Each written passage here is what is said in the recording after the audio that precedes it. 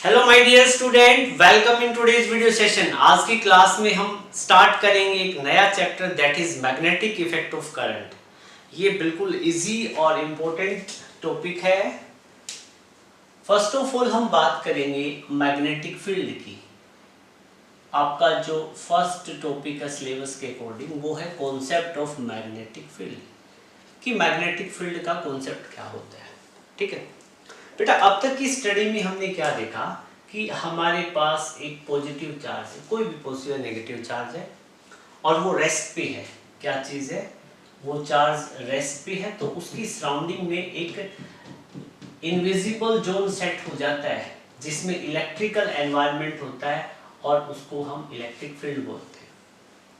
फिर next chapter में हमने यूनिट में देखा कि जब भी ये पॉजिटिव चार्ज मूव करता है, जब भी ये पॉजिटिव चार्ज मूव करता है from one place to another place, तो इसी डायरेक्शन में एक करंट सेट हो जाता है जिसको हमने कन्वेंशनल करंट बोला था। ठीक है, फिर क्या ऑब्जर्व किया गया? अब एक बात बताओ, जब ये चार्ज मूव कर रहा है तो इसके साथ में जो फील्ड है वो भी तो मूव कर रहा है ना, मतलब फील्ड क्या होगा? चेंज होगा। और फिर हमने क्या ऑब्जर्व किया कि जब जहां से किसी वायर में से जब करंट फ्लो करता है तो उसके सराउंडिंग में एक मैग्नेटिक फील्ड सेट हो जाता है। क्लास 10th में आपने स्टडी किया था, आज भी डिस्कस करेंगे हम ओरस्टेड एक्सपेरिमेंट में। फिर हमने देखा कि कोई करंट कैरिंग वायर है, उसमें से करंट फ्लो करेगा तो उसके सराउंडिंग में भी एक फील्ड सेट हो जाएगा। ठीक है, एक मैग्नेटिक इन्वायरमेंट सेट हो जाएगा जिसको हम क्या बोलेंगे? Magnetic field. Concept of magnetic field की बात करें तो कॉन्सेप्ट ऑफ मैग्नेटिक फील्ड में हमने क्या देखा था? हमने ये देखा था कि हमारे पास एक मैग्नेट होती है। मैग्नेट के दो पोल होते हैं, नॉर्थ पोल साउथ पोल, और उस मैग्नेट के सराउंडिंग में सपोज करो हमारे पास कुछ ये आयरन फाइलिंग है, आयरन के पीसीस है, तो ये मैग्नेट इन आयरन के पीसीस को अपनी तरफ अट्रैक्ट कर रहा था। You are getting my point? ये मैग्नेट इन आयरन की फाइलिंग को अपनी तरफ अट्रैक्ट कर रहा था। तो व्हाट डज इट मीन? इसका मतलब ये था कि ये जो मैग्नेट है, ये मैग्नेट है, इसके सराउंडिंग में एक फील्ड सेट हो रखा है। ठीक है, जो फेरोमैग्नेटिक सब्सटेंस को अपनी तरफ अट्रैक्ट करता है, और मैग्नेट के सराउंडिंग में जो इनविजिबल जोन होता है जिसमें एक मैग्नेटिक एनवायरनमेंट होता है, उसको हमने नाम दिया था मैग्नेटिक फील्ड का। उसको हमने नाम दिया मैग्नेटिक फील्ड का। और मैग्नेटिक फील्ड जैसे इलेक्ट्रिक फील्ड है वैसे ही मैग्नेटिक फील्ड है। ठीक है, इलेक्ट्रिक फील्ड में इलेक्ट्रिकल एनवायरनमेंट, मैग्नेटिक फील्ड में मैग्नेटिक एनवायरनमेंट। इलेक्ट्रिक फील्ड भी एक वेक्टर क्वांटिटी है और मैग्नेटिक फील्ड भी वेक्टर क्वांटिटी है, जिसको हम बी से रिप्रेजेंट करते हैं और बी के ऊपर एरो लगा देते हैं। ठीक है, तो ये तो था बेसिक से कॉन्सेप्ट, जो बेसिक सा कॉन्सेप्ट है मैग्नेटिक फील्ड का। ठीक है, अब हम आगे स्टडी करेंगे Oersted experiment. Now we will discuss about Oersted experiment. Oersted एक वेल नोन फिजिसिस्ट थे। ओरस्टेड क्या कहता है? ये कहते हैं कि बेटा आपके पास में एक बैटरी है, बैटरी के साथ में एक वायर के साथ में की अटैच है, और ये एक वायर है, ये सारी कनेक्टिंग वायर है, या कोई भी एक वायर आप इसको कंसीडर कर लो, ये वायर है। मतलब बैटरी के साथ में वायर कनेक्ट है और उस वायर के नीचे आपने एक मैग्नेटिक नीडल रखा हुआ है। ठीक है, ये जो रेड कलर में आप देख रहे हो, this one is magnetic needle. Magnetic needle. तो ओरस्टेड क्या कहता है बेटा? ओरस्टेड ने कुछ इंटरेस्टिंग एक बार एक्सपेरिमेंट कर रहे थे लैब में, तो उस टाइम उन्होंने ये चीज़ नोटिस की। उन्होंने कॉपर की वायर ले रखी थी और बैटरी के साथ कनेक्ट कर रखी थी। तो उन्होंने जैसे ही सर्किट में की को क्लोज किया, अब ये सर्किट क्लोज बन गया ना, तो इस वायर में से करंट फ्लो होगा, डेफिनेटली होगा। और करंट की जो फ्लो होने की डायरेक्शन क्या रहेगी? बैटरी के नेगेटिव से पॉजिटिव टर्मिनल। इस तरह से सर्किट में करंट क्या करेगा? फ्लो करेगा। ठीक है, तो ओरस्टेड ने क्या ऑब्जर्व किया? ओरस्टेड ने ऑब्जर्व किया कि जैसे ही उसने ये की क्लोज की, तो ये जो मैग्नेटिक नीडल है वायर के नीचे ऐसे रखी हुई थी। मतलब क्या है? ये जैसे ये नीचे वाला तो स्टैंड है जो ब्लैक कलर में देख रहे हो, और उसके ऊपर नीडल यूं थी। ठीक है, तो जैसे ही इस वायर में करंट फ्लो होता है, ये नीडल क्या ऐसे हॉरिजॉन्टली मूव की, कैसे मूव की, हॉरिजॉन्टली, ठीक है। ऐसे ये जो नीडल है मैग्नेटिक नीडल है जिसमें नॉर्थ पोल साउथ पोल है, ऐसे डिफ्लेक्ट कर गई। अब डिफ्लेक्ट की तो एक पर्टिकुलर डायरेक्शन में की, और क्या था कि ओरस्टेड ने ये ओरस्टेड के लिए बड़ी इंटरेस्टिंग बात थी।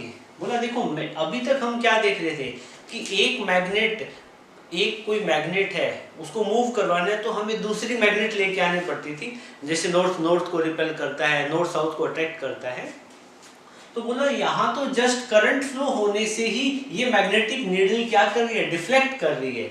बोला कि इसका मतलब क्या है कि जब किसी वायर में से करंट प्रोड्यूस होता है तो उसकी सराउंडिंग में मैग्नेटिक फील्ड प्रोड्यूस हो जाता है, ठीक है। तो उस टाइम के लिए बहुत बड़ी इन्वेंशन थी। तो फिर ओरस्टेड ने क्या देखा, हम कुछ एक डायरेक्शन का पैटर्न नोट बना देते हैं। मैं ये कहता हूँ कि ये मैं यहाँ पे डायरेक्शन दिखा रहा हूँ, ये साउथ है, ये नॉर्थ है, ये वेस्ट है और ये ईस्ट है, ऐसे बना सकते हैं। तो बोला कि जब वायर में करंट फ्लो करे साउथ से नॉर्थ, देखो करंट फ्लो इस डायरेक्शन में कर रहा है, ठीक है, ये डायरेक्शन कौन सी है, साउथ से नॉर्थ। कह रहे कि जब किसी वायर में करंट फ्लो करता है साउथ से नॉर्थ, तो उस केस में उस वायर के नीचे रखी हुई जो नीडल है, ये जो नीडल रखी हुई है ये डिफ्लेक्ट करेगी। अब डिफ्लेक्ट करके ये आपकी तरफ भी आ सकती है और ये बोर्ड की तरफ भी जा सकती है। You are getting my point.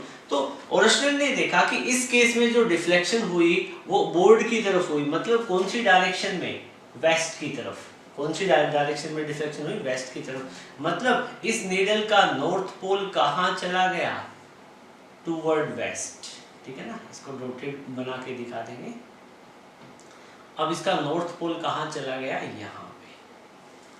तो इस तरह से डिफ्लेक्शन हुआ, ये जो नीडल डिफ्लेक्ट की ये वेस्ट की तरफ की। फिर ओरस्टेड को बड़ा इस एक्सपेरिमेंट में मजा आया, तो ओरस्टेड ने कुछ और ट्राई किया। उसने यहाँ बैटरी की पोलैरिटी चेंज कर दी, पॉजिटिव टर्मिनल को नेगेटिव बना दिया और नेगेटिव को क्या बना दिया, पॉजिटिव। मतलब यहाँ पे जब ओरस्टेड ने करंट की डायरेक्शन को रिवर्स किया, उल्टा किया, तब उसने क्या देखा, फिर उसने की को क्लोज किया और अब सर्किट में करंट क्या है, इस तरफ मूव करेगा। अब उसको एक और अमेजिंग चीज हाथ लगी। अब ओरस्टेड ने क्या देखा कि ये जो नीडल है, वायर के नीचे जो नीडल रखी हुई है या नीडल के ऊपर जो वायर है, एक ही बात है। अब नीडल के ऊपर ये जो वायर है उसमें से करंट पहले की अपोजिट डायरेक्शन में फ्लो कर रहा है। पहले तो साउथ से नॉर्थ की तरफ फ्लो कर रहा था, साउथ से नॉर्थ की तरफ, ठीक है ना। इस साइड को हमने, इस डायरेक्शन को साउथ ले रखा था, इसको नॉर्थ ले रखा था। तो उस केस में क्या था कि नीडल वेस्ट की तरफ डिफ्लेक्ट कर रही थी, लेकिन जब करंट नॉर्थ से साउथ की तरफ, मतलब इस डायरेक्शन में वायर में फ्लो करेगा, तो उस केस में देखा कि ये जो नीडल है ना, पहले वेस्ट की तरफ डिफ्लेक्ट कर रही थी ना, तो अब ये बिल्कुल वेस्ट के अपोजिट करेगी। तो वेस्ट के अपोजिट कौन सी होगी, ईस्ट। ये देखो, मतलब नीडल कहाँ रखी हुई थी, ऐसे इसी किसी पॉइंट पे। तो पहले तो वेस्ट की तरफ डिफ्लेक्ट कर रही थी, तो अब क्या, ईस्ट की तरफ, वेस्ट के अपोजिट डायरेक्शन ईस्ट की होती है, उस तरफ मूव करेगी। तो अब उसने देखा कि जो नीडल का जो डिफ्लेक्शन था, नीडल इस तरीके से डिफ्लेक्ट कर गई। नॉर्थ पोल यहाँ आ गया, साउथ पोल यहाँ चला गया, मतलब नीडल का डिफ्लेक्शन कहाँ हो गया, ईस्ट की तरफ। You are getting my point. तो यहाँ से ओरस्टेड ने कई चीज़ों को कंक्लूड किया। उसने ये भी बताया, एक तो डिफ्लेक्शन की बातें बताता है कि नीडल डिफ्लेक्ट करती है, फिर वो ये भी बताता है कि किसी वायर में से करंट फ्लो करेगा, तो उसकी सराउंडिंग में मैग्नेटिक फील्ड होगा। और ये बताया कि किसी एक, मतलब इस वायर में कि कोई एक वायर, उसमें साउथ से नॉर्थ की तरफ करंट फ्लो करेगा तो डिफ्लेक्शन होगा नॉर्थ की तरफ, वेस्ट की तरफ। और जब किसी वायर में करंट फ्लो करेगा नॉर्थ से साउथ की डायरेक्शन में, तो जो नीडल उसके नीचे जो प्लेस की हुई है हॉरिजॉन्टली, तो इसमें डिफ्लेक्शन कहाँ होगा, ईस्ट की तरफ। ये ओरस्टेड की ऑब्जर्वेशन थी, ठीक है। फिर इसके बाद में ये जो डिफ्लेक्शन की डायरेक्शन बताने के लिए एम्पियर आते हैं, ठीक है, और एम्पियर एक रूल देते हैं, एम्पियर स्विमिंग रूल, ठीक है। तो एम्पियर इस डिफ्लेक्शन की डायरेक्शन बताएगा, ठीक है। तो एम्पियर स्विमिंग रूल क्या कहता है, कहता है कि आप यहाँ पे कोई स्विमर है, ठीक है, इसी के साथ में डायग्राम बना सकते हो। सपोज करो ये कोई एक स्विमर है, ठीक है, और ये किस डायरेक्शन में स्विम कर रहा है, इस डायरेक्शन में, साउथ से नॉर्थ की तरफ। कहते हैं कि कोई भी स्विमर है वो साउथ से नॉर्थ की तरफ स्विम कर रहा है, या यूं कह सकता हूं इस पर्टिकुलर केस के लिए, इसी पर्टिकुलर केस की बात कर रहा हूं, स्विमर साउथ से नॉर्थ की तरफ स्विम कर रहा है और ये डायरेक्शन ऑफ करंट में स्विम कर रहा है ना, क्योंकि इस केस में हमने डायरेक्शन ऑफ करंट भी क्या ले रखी है, साउथ से नॉर्थ। तो कह रहा है कि जब कोई एक स्विमर, सपोज करो, एम्पियर कहता है कि सपोज करो कि कोई एक स्विमर है वो करंट की डायरेक्शन में स्विम कर रहा है, तो उस केस में, और जो नीडल कहाँ रखी हुई है, या यूं कह दो कि नीडल के ऊपर क्या रखी हुई है, वायर रखी हुई है, तो उस केस में जो नीडल डिफ्लेक्ट करेगी स्विमर के लेफ्ट हैंड की तरफ करेगी, स्विमर के लेफ्ट हैंड की तरफ, या यूं कह दो कि जो डिफ्लेक्शन ऑफ नीडल होगा वो वेस्ट की तरफ होगा। मतलब एम्पियर स्विमिंग रूल को हम क्या बोलते हैं, स्नो रूल भी, क्या बोलते हैं, स्नो रूल। ये रिप्रेजेंट करता है कि जब किसी वायर में करंट फ्लो करता है साउथ टू नॉर्थ, और जो वायर आपने प्लेस रखी हुई है, ओ किसको रिप्रेजेंट करता है, ओवर द वायर, वायर क्या है, वायर के ऊपर, ठीक है, और then the deflection in the needle will be in the west direction. Deflection कहाँ पे होगा, वेस्ट की तरफ होगा, ठीक है। तो ये सारे पॉइंट नोट कर लो और साथ में एम्पियर स्विमिंग रूल की डेफिनेशन नोट कर लो। बेटा अब हम डिस्कस करेंगे बायट-सावर्ट लॉ, ठीक है ना। बायट-सावर्ट लॉ क्या कहता है, बड़ी इंटरेस्टिंग बातें बताएगा। उससे पहले आपको एक छोटा सा कॉन्सेप्ट समझना पड़ेगा करंट एलिमेंट का। करंट एलिमेंट क्या होता है, क्योंकि बार बार हम इसको डिस्कस करेंगे, करंट एलिमेंट। तो एक बार आप नोट कर लेना करंट एलिमेंट क्या होता है। ये कहते हैं कि बेटा आपके पास में सपोज करो कोई एक वायर है, ठीक है, और इस वायर में से करंट फ्लो कर रहा है कितना, आई, ठीक है, और ये वायर है, ये काफी बड़ी है, क्या है, ये वायर काफी बड़ी है, चाहे कितनी भी छोटी भी वायर हो तो भी कोई फर्क नहीं पड़ेगा। करंट एलिमेंट ये हमने जो ले रखी है, बड़ी वायर ले रखी है, ठीक है, और इस वायर का हमने एक छोटा सा पोर्शन ले लिया। अब इतना छोटा है कि मुझे मतलब बोर्ड पे ड्रॉ करने में भी दिक्कत हो रही है, लेकिन मेरे को आपको अच्छे से इस वीडियो में दिख जाए तो मैं इसकी लेंथ अच्छी खासी दिखाऊंगा, लेकिन आप समझ गए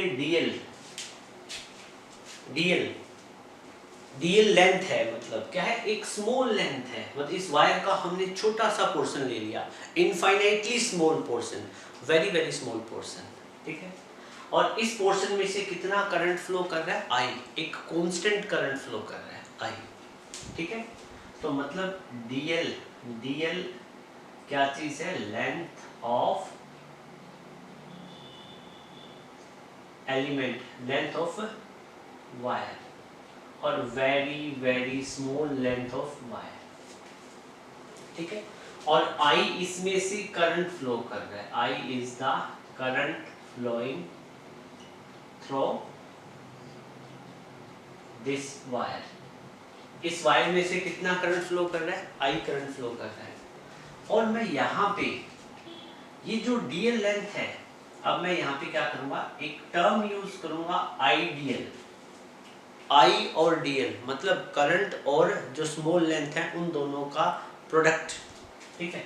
आईडीएल को मैं बोलूंगा करंट एलिमेंट, आईडीएल को मैं बोलूंगा करंट एलिमेंट, और ये जो करंट एलिमेंट है ये एक वेक्टर क्वांटिटी है, ये क्या चीज है, वेक्टर क्वांटिटी है, और यहाँ पे जो डायरेक्शन, इसमें जो करंट एलिमेंट है उसकी डायरेक्शन वही होगी जो डायरेक्शन किसकी होगी, फ्लो ऑफ करंट की डायरेक्शन होगी, ठीक है। तो आईडीएल को हम एक करंट एलिमेंट बोलेंगे, क्या बोलेंगे, current element. You are getting my point. अब ये ऐसा भी हो सकता है, ये जो वायर ली आप इसको ऐसे दिखा दो, ठीक है, अब इस वायर की कुछ लेंथ होगी, सपोज करो ये एक्स वाई लेंथ की कोई वायर है, ये क्या चीज है, XY लेंथ का वायर है, ठीक है। इस वायर का मैं एक छोटा सा पोर्शन ले लेता हूँ इतना, ठीक है, और उस पोर्शन को मैं बोल देता हूँ DL, ठीक है। और इस वायर में से करंट कितना फ्लो कर रहा है, I करंट फ्लो कर रहा है, तो यहाँ पे भी करंट एलिमेंट कितना हो जाएगा, आइडियल क्या हो जाएगा, करंट एलिमेंट। तो ये टर्म हम बार बार यूज करेंगे, तो बार जब भी मैं करंट एलिमेंट बोलूँ तो आपके माइंड में आइडियल आना चाहिए, ठीक है ना। ओके, अब इसको हम रब कर लेते हैं। तो करंट एलिमेंट की एक वेक्टर क्वांटिटी है, ये वही, इसकी डायरेक्शन वही रहेगी जो डायरेक्शन किसकी है, करंट की।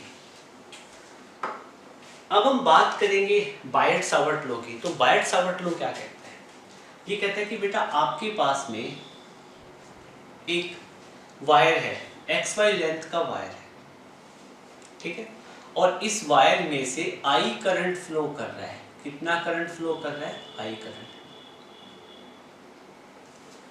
और इस वायर का जो ये जो वायर है, अब एक बात बताओ, ये कोई भी करंट कैरिंग वायर है तो उसकी सराउंडिंग में मैग्नेटिक फील्ड होगा, बिल्कुल होगा। ओरस्टर ने ये बात बताई थी।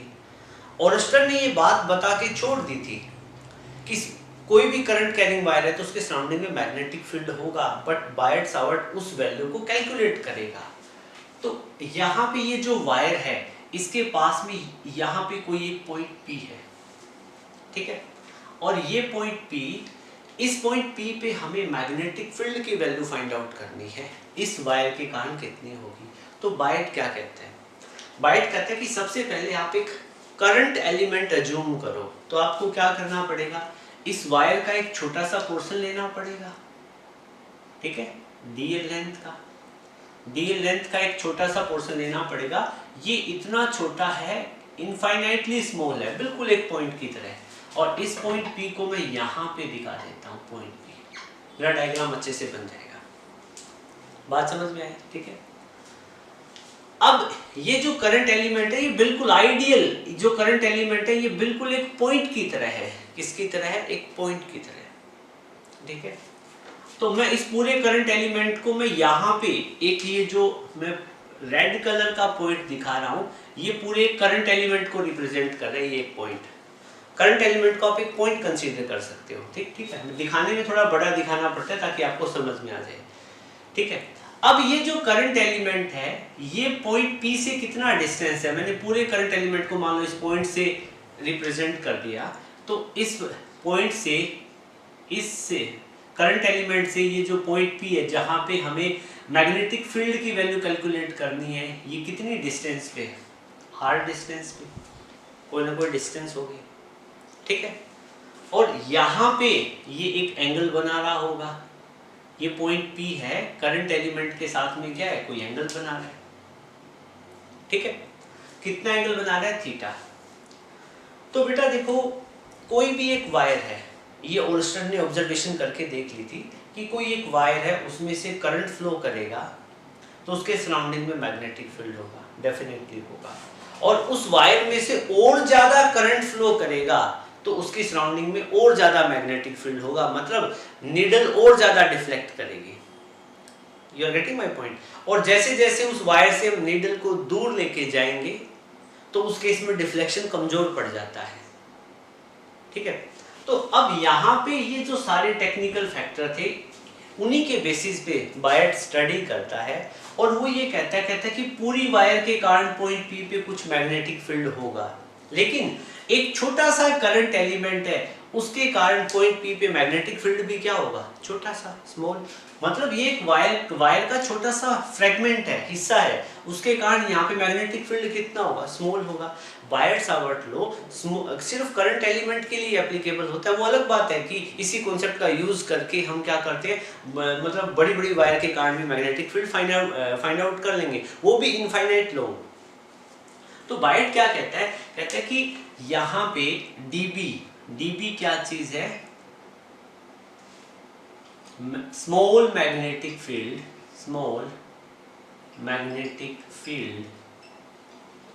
ड्यू टू करंट एलिमेंट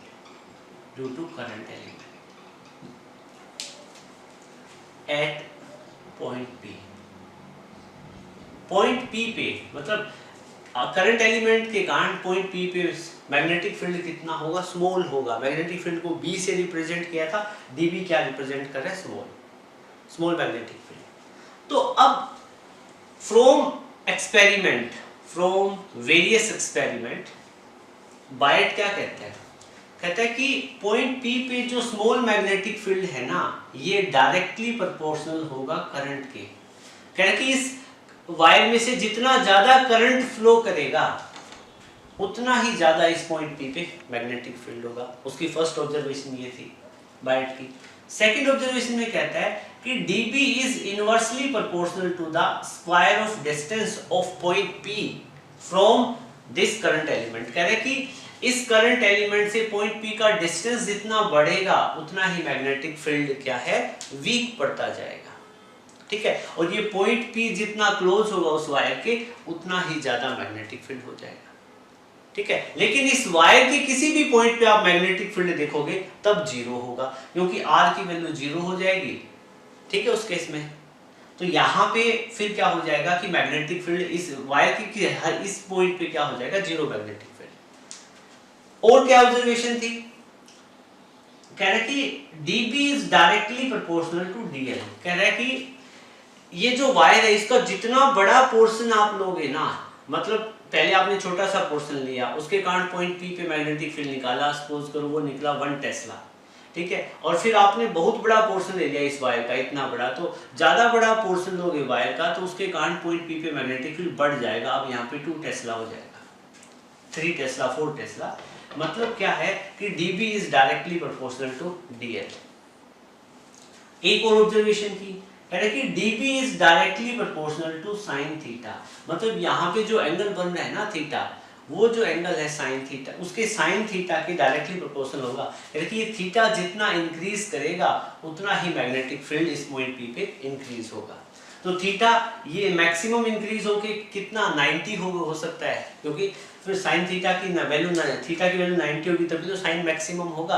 तो कह रहे कि इस करंट एलिमेंट के कोई पॉइंट परपेंडिकुलरली है 90 के एंगल पे, तो वहां उस केस में मैग्नेटिक फील्ड क्या हो जाएगा, मैक्सिमम। तो ये 4 ऑब्जर्वेशन थी, ये 4 ऑब्जर्वेशन थी। चारों को इक्वेशन फर्स्ट, सेकंड और थर्ड बोल देते हैं। First, second, third, fourth, 4 equation का हम। अब बायट क्या कहते हैं, इन सभी इक्वेशन को कंबाइन कर लो। तो आप लिखो ऑन कंबाइनिंग ऑल इक्वेशंस। सभी इक्वेशन को कंबाइन करें या सिंगल फॉर्मेट में लिखे तो हम लिख सकते हैं dB इज डायरेक्टली प्रोपोर्शनल किसके, आई dl sin थीटा के। तो आई dl sin थीटा ये ऊपर आ जाएगा, और इनवर्सली किसके, r स्क्वायर के, तो अपॉन में r स्क्वायर। सभी इक्वेशन को कंबाइन करेंगे तो हम लिख सकते हैं dB is directly proportional to I dl sin theta, और इनवर्सली क्या है, r स्क्वायर।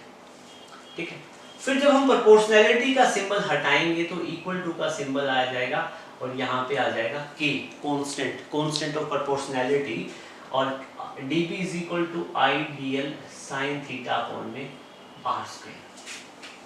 ठीक है, अब हम बात करें ये जो k है, k क्या चीज है, k होता है म्यू नॉट अपॉन में 4 पाई, म्यू नॉट अपॉन में 4 पाई, और इसकी यूनिट होती है टेस्ला पर मीटर, टेस्ला मीटर पर एम्पियर। ये k की यूनिट होती है, या एक और यूनिट बनती है k की, आप ये भी लिख सकते हो वेबर पर मीटर पर एम्पियर। लेटर ऑन डिस्कस करेंगे यूनिट क्यों आई, कैसे आई, पहले ये टॉपिक हम पढ़ते हैं। ठीक है, फिर इसी फॉर्मूले से हम डिराइव कर लेंगे, बिल्कुल इजीली आप फाइंड आउट कर लो, कुछ रॉकेट साइंस नहीं है उसमें। तो यहाँ पे हम बात करें dB की, तो dB को हम आगे क्या लिख पाएंगे, k को आप लिख दो म्यू नॉट, और म्यू नॉट क्या चीज है तो मैंने बताया नहीं। देखो जैसे एप्सिलॉन नॉट परमिटिविटी था, इलेक्ट्रिकल परमिटिविटी था, यहाँ पे म्यू नॉट क्या है, इसको हम बोलते हैं परमिएबिलिटी, मैग्नेटिक परमिएबिलिटी। ठीक है, इसको आप बोलोगे मैग्नेटिक परमिएबिलिटी। ये मैग्नेटिक फील्ड को इंडिकेट करती है, अभी यही मानो, बाकी जब इसे नेक्स्ट चैप्टर डिस्कस करेंगे तब बताएंगे आपको डिटेल में कि परमिएबिलिटी क्या होती है। ठीक है, अब इसको समझो, ये मैग्नेटिक फील्ड को रिप्रेजेंट करने वाला फैक्टर है। ठीक है, मैग्नेटिक फील्ड का सपोर्टिंग फैक्टर है। ओके, सो हम dB को क्या लिखेंगे? dB को लिखेंगे म्यू नॉट अपॉन में 4 pi I dl sin theta upon में r square. You are getting my point? तो ये आ गया dB। मतलब आपने क्या किया, जो स्मॉल करंट एलिमेंट था उसके कारण पॉइंट P पे मैग्नेटिक फील्ड फाइंड आउट किया, वो कितना मिला आपको? dB, जो कि म्यू नॉट अपॉन में 4 pi I dl sin theta upon में r स्क्वायर के इक्वल होता है। ठीक है, चलो अब एक पॉइंट आपको थोड़ा सा याद होगा, क्लास 11th में आपने पढ़ा है। ठीक है, क्लास 11th में इस पॉइंट को ये अच्छे से समझना। आपको याद हो तो हमारे पास जब दो वेक्टर थे, एक A vector cross B vector, तो उसको हम क्या लिखते थे? A B sine theta N cap, A B sine theta N cap. ठीक है, दो वेक्टर क्वांटिटी की क्रॉस प्रोडक्ट से एक आपको हमेशा नया वेक्टर मिलता है। ठीक है, जो नया वेक्टर, ये मैंने क्या बताया करता था, मैं आपको कहता था कि ये सी वेक्टर मिलेगा, और ये तो सी तो मैग्नीट्यूड है। ठीक है, और ये क्या चीज है? एन कैप है। मतलब दो वेक्टर की क्रॉस प्रोडक्ट करते हैं तो हमें तीसरा भी एक वेक्टर मिलता है। You are getting my point? तो एन कैप यहाँ पे डायरेक्शन है, ये याद है ना, ए क्रॉस बी किसके इक्वल होता है? A B sine theta. ठीक है, A B sine theta N cap. N cap क्या है? इन दोनों की दो क्रॉस प्रोडक्ट की वेक्टर से जो तीसरा वेक्टर मिला उसकी डायरेक्शन को कौन बताएगा? N cap. रिप्रेजेंटेशन है N cap, I cap, J cap, K cap, किसी से दिखा दो। ठीक है, फिर एक और चीज याद रखो कि ये जो नया वेक्टर बनता है ना, सी वेक्टर, ठीक है ना, ये जो सी वेक्टर बनता है, ये हमेशा ए वेक्टर और सी वेक्टर के दोनों परपेंडिकुलर होते हैं। मतलब ये सी वेक्टर बी वेक्टर के भी परपेंडिकुलर होता है और ए वेक्टर के भी। You are getting my point? ठीक है, चलो अब हम बात करें यहाँ पे। तो यहाँ पे हम क्या करते हैं, ये तो इसकी स्केलर फॉर्म आ गई। ठीक है, इसको वेक्टर फॉर्म में हम कन्वर्ट कर सकते हैं। यहाँ पे वेक्टर फॉर्म में कैसे कन्वर्ट करेंगे? dB is equal to mu naught upon में 4 pi I dl sine theta. r से इसको ऊपर मल्टीप्लाई करो और r से नीचे करो तो नीचे r क्यूब हो जाएगा। नीचे कितना हो जाएगा? ये r क्यूब। ठीक है, इसको और हम थोड़ा सा मॉडिफाई करके कैसे लिख सकते हैं? मैं यहाँ पे यूं भी लिख सकता हूँ, dB is equal to mu naught upon में 4 पाई आई, इसको ऐसे लिख दूं, dl r sine theta upon में r क्यूब। ऐसे लिख सकते हैं हम। हमें वेक्टर फॉर्म में कन्वर्ट करना है, तो यहाँ पे साइन थीटा है तो क्रॉस प्रोडक्ट वाली वेक्टर फॉर्म हम बता सकते हैं। ठीक है, तो dB is equal to mu naught upon में 4 pi I, dl r sine theta है। ठीक है, ए बी कोस थीटा है, तो ए बी साइन थीटा है, तो ए बी साइन थीटा, तो हम उसको क्या लिख सकते हैं? ए क्रॉस बी, ऐसा लिख सकते हैं ना। तो सिमिलरली हम इसको क्या लिख लेंगे? dl cross dr। ठीक है, वेक्टर फॉर्म में लिख दिया, और नीचे क्या बन जाएगा बेटा? r cube. तो ये हमारा रिजल्ट बन गया मैग्नेटिक फील्ड का वेक्टर फॉर्म में। और यहाँ पे आप क्या लगा दोगे? वेक्टर। मैग्नेटिक फील्ड के ऊपर अब वेक्टर लगा दोगे। ठीक है, ये स्केलर फॉर्म थी, ये वेक्टर फॉर्म है। ठीक है ना, कई बार न्यूमेरिकल में हम इसका भी यूज करेंगे और डायरेक्शन की बात होगी तो इस कॉन्सेप्ट का। अब यहाँ पे मैं आपसे पूछूं कि मैग्नेटिक फील्ड की डायरेक्शन कौन बताएगा? देखो, वो जो सारी चीजें मैंने वहां पे लिखी हुई है स्क्रीन पे, आप उसको एक बार नोट कर लो। ठीक है, चलो अब हम बात करते हैं डायरेक्शन ऑफ बी वेक्टर की। डायरेक्शन ऑफ डीबी वेक्टर मतलब क्या है? कोई भी करंट कैरिंग वायर है, उसके कारण यहाँ पे मैग्नेटिक फील्ड है, उसके सराउंडिंग में जो मैग्नेटिक फील्ड है यहाँ पे, तो मैग्नेटिक फील्ड एक वेक्टर क्वांटिटी, उसकी डायरेक्शन भी होती है। तो उसकी डायरेक्शन कैसे फाइंड आउट करेंगे?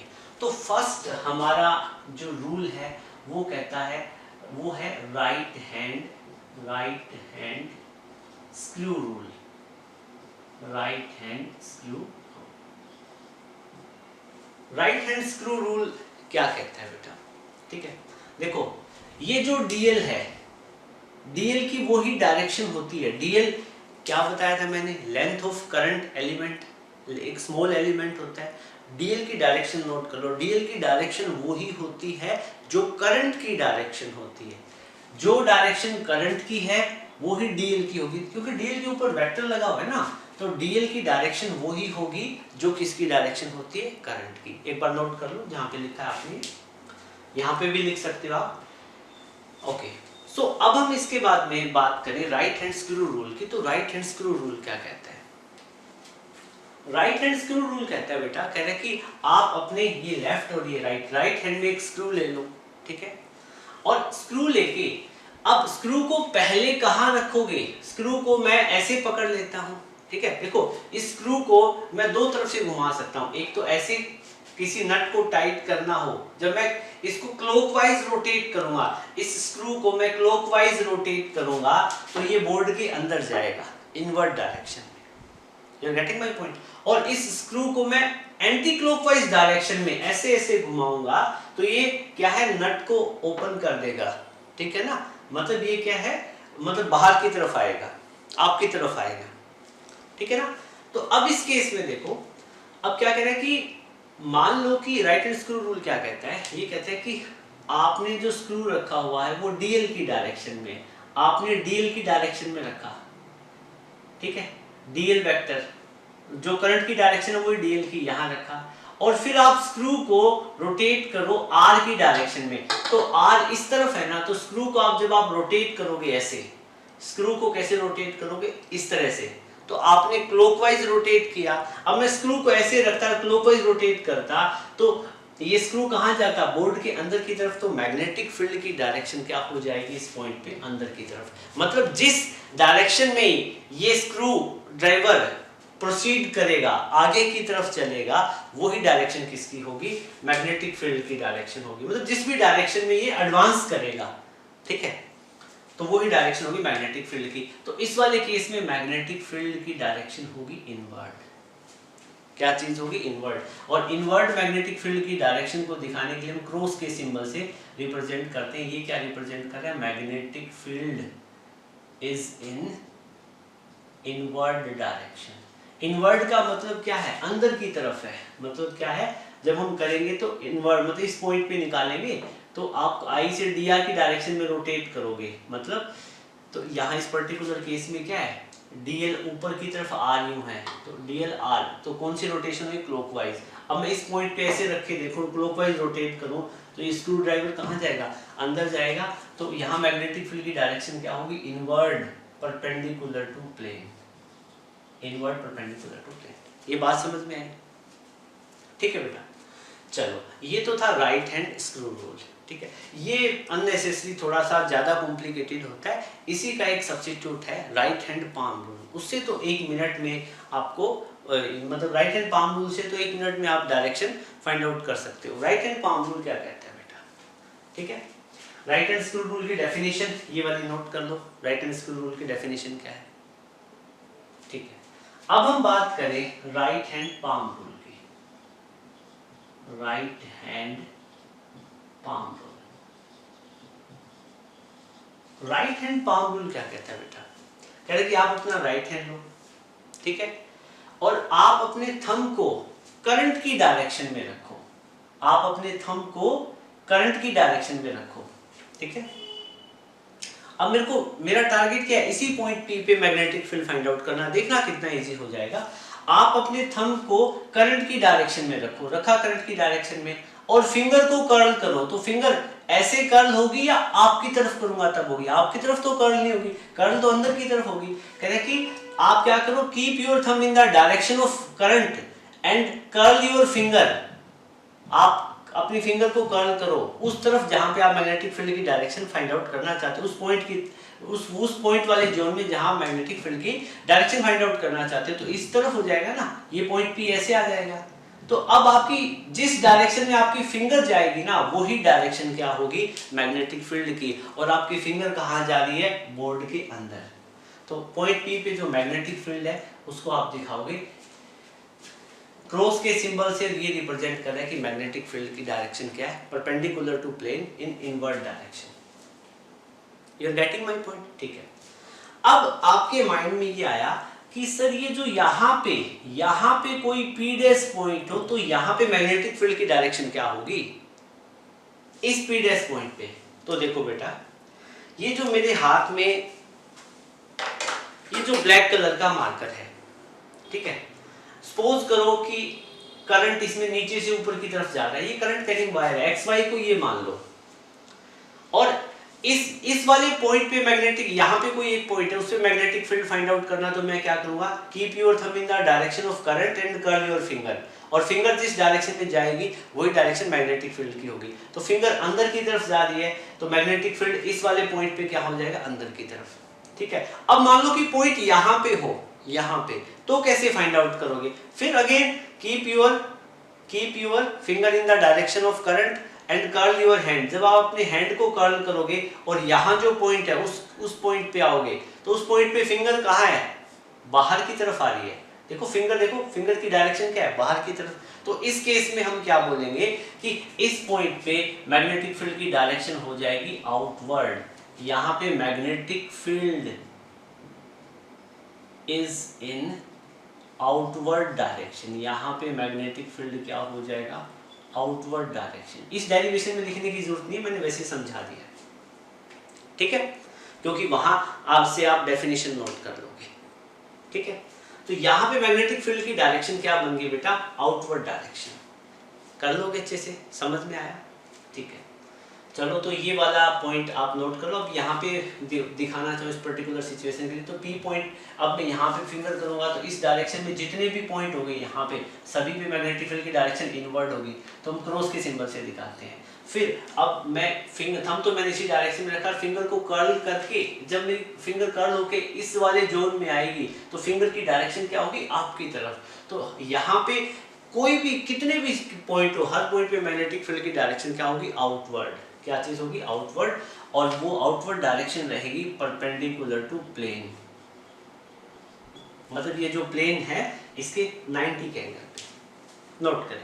तो बेटा हम कुछ डायरेक्शन के एक दो केसेस देखते हैं। चलो मैं आपसे पूछता हूँ, ये मेरे पास एक वायर है, इसमें से करंट पास कर रहा है इस डायरेक्शन में, मैं आपसे कहूँ कि यहाँ पे एक पॉइंट x है, उस पे करंट की मैग्नेटिक फील्ड की डायरेक्शन क्या होगी, थंब यहाँ पे रखो, फिंगर देखो कहाँ जा रही है, अंदर की तरफ, तो मैग्नेट ये जो x पॉइंट है, हाँ ठीक है, तो यहाँ पे मैग्नेटिक फील्ड की डायरेक्शन क्या होगी, इनवर्ड, क्या चीज होगी, इनवर्ड, और इस पॉइंट के परपेंडिकुलर होगी, मतलब मैग्नेटिक फील्ड की डायरेक्शन एक एरो जो अंदर की तरफ जा रहा है बोर्ड पे, वो डायरेक्शन होगी, ठीक है।